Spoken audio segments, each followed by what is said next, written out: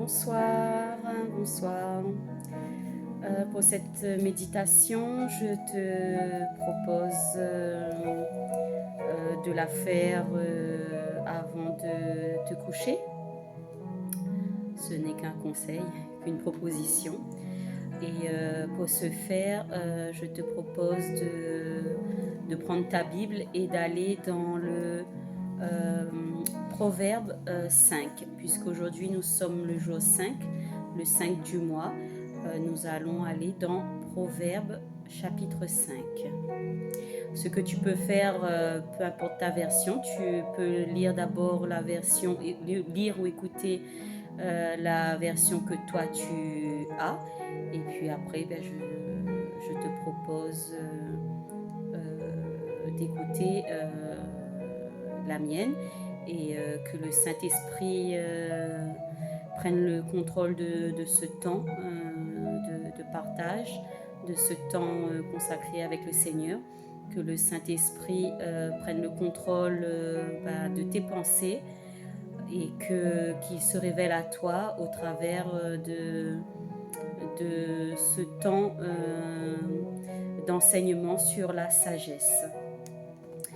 Alors, Proverbe 5. Mon fils, prête une oreille attentive à mes paroles, pleines de sagesse et d'intelligence. Alors, tu profiteras de mes conseils et tu parleras en connaissance de cause. Les sollicitations de la femme d'autrui, la femme des autres, la femme de quelqu'un d'autre, sont sucrées comme le miel, onctueuses comme l'huile. Mais à la fin, celle-ci laisse le goût d'une plante amère. Elle blesse comme une arme à double tranchant. Sa conduite entraîne à la mort, ses pas mènent tout droit au tombeau. Elle ne suit pas la route de la vie, elle se trompe de chemin sans le savoir. Mon fils, écoute-moi donc. Ne rejette pas mes conseils. Tiens-toi éloigné d'une femme de ce genre et n'approche pas du seuil de sa maison. Ne te mets pas à la merci d'un autre homme. Évite qu'un mari sans pitié ne ruine ta vie. Sinon, des étrangers seront nourris par tes efforts. Ton travail profitera à d'autres qu'à toi. Et pour finir, tu seras à bout de force. Tu te lamenteras comme une bête. Tu diras, hélas, je n'ai pas aimé les avertissements. Je n'ai pas voulu accepter les reproches. Je n'ai pas écouté l'avis de mes maîtres. Je n'ai pas prêté l'oreille à ceux qui m'enseignaient. J'ai été au bord du pire des malheurs, devant l'assemblée de mon peuple. Ta femme est comme une source d'eau pure. Bois à cette source. Ne laisse pas son eau couler dans les rues et se disperser sur les places publiques. Qu'elle soit pour toi seule, ne la partage pas avec des étrangers. Remplis-la de bonheur. Trouve ta joie dans ta compagne. Ta femme est aimable et gracieuse comme une gazelle. Que son corps te comble toujours de plaisir.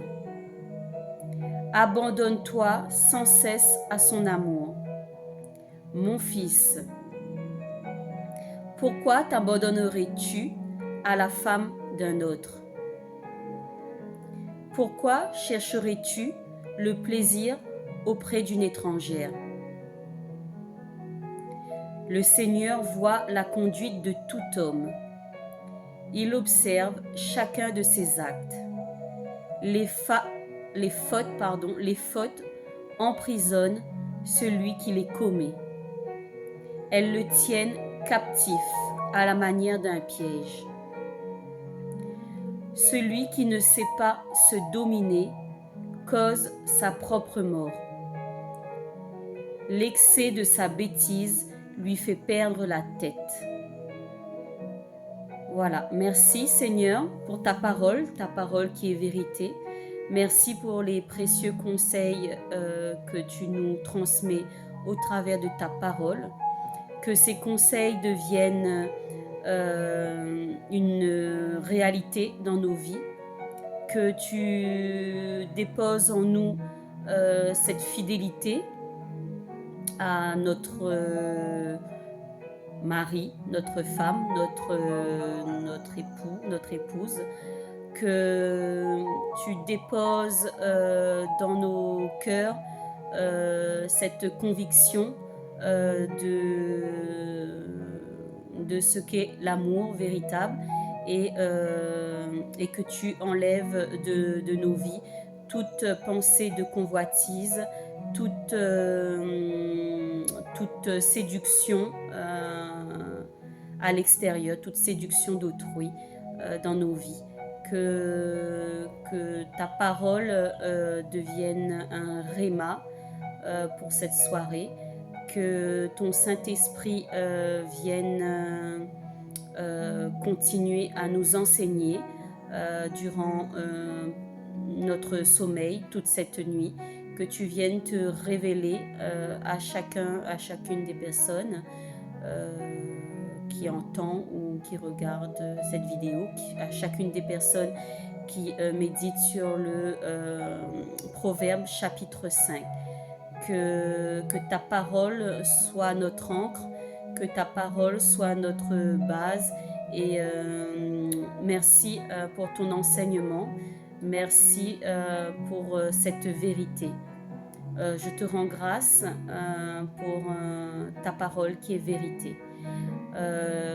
Je te souhaite une douce et agréable nuit.